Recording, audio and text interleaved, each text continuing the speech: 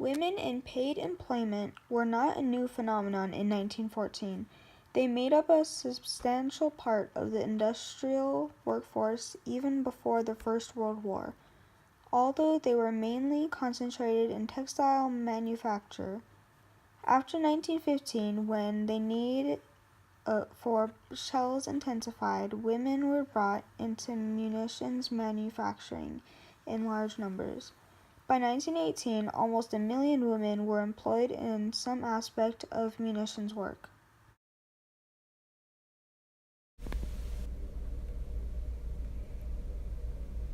Jobs in munitions factories, as shown in many other places, were created after the war started. Hello, thank you for coming. Glad to be here. So what was your role in society during World War I? Well, I took over my husband's job after he went into war. What was his job? He's a firefighter.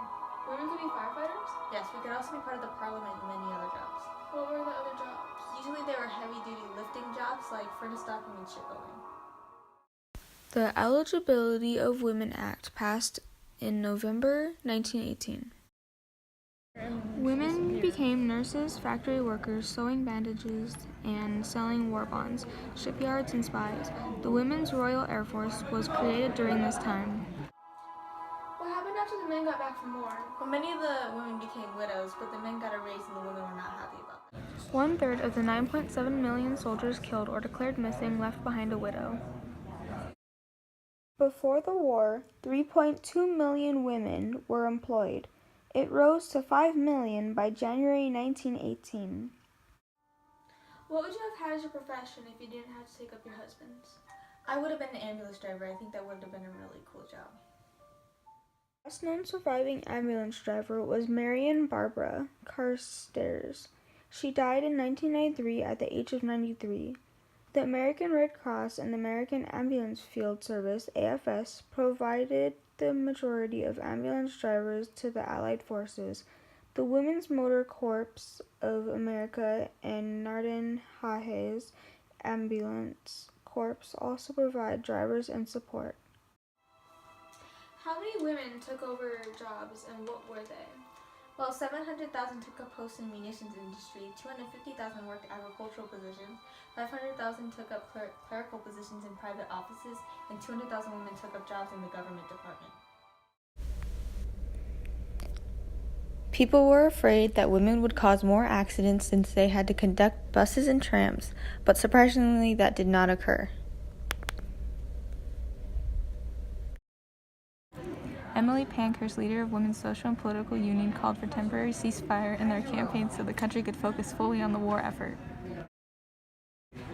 Women ambulance drivers could be found in various fronts over the courses of the war, and the cops were kitted up by women from various nations and walks of life. Sylvia Pankhurst and her Women's Suffrage Federation were more radical and wanted struggle to continue in spite of the situation. Edith put her energy at the service of the wretched of the war.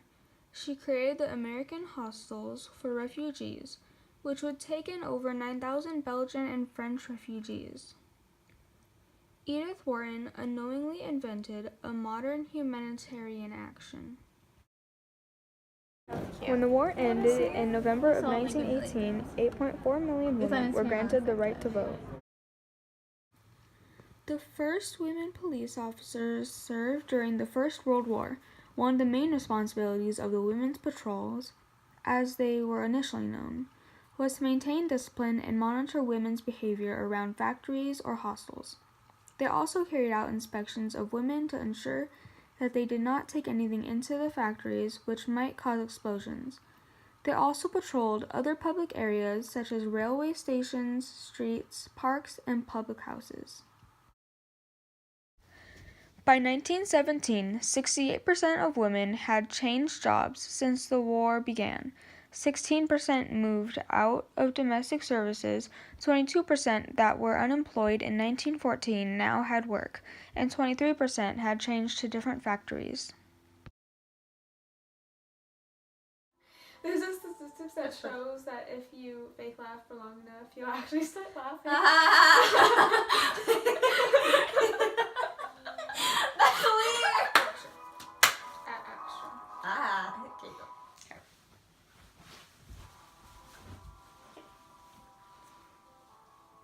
Okay, stupid. Stop!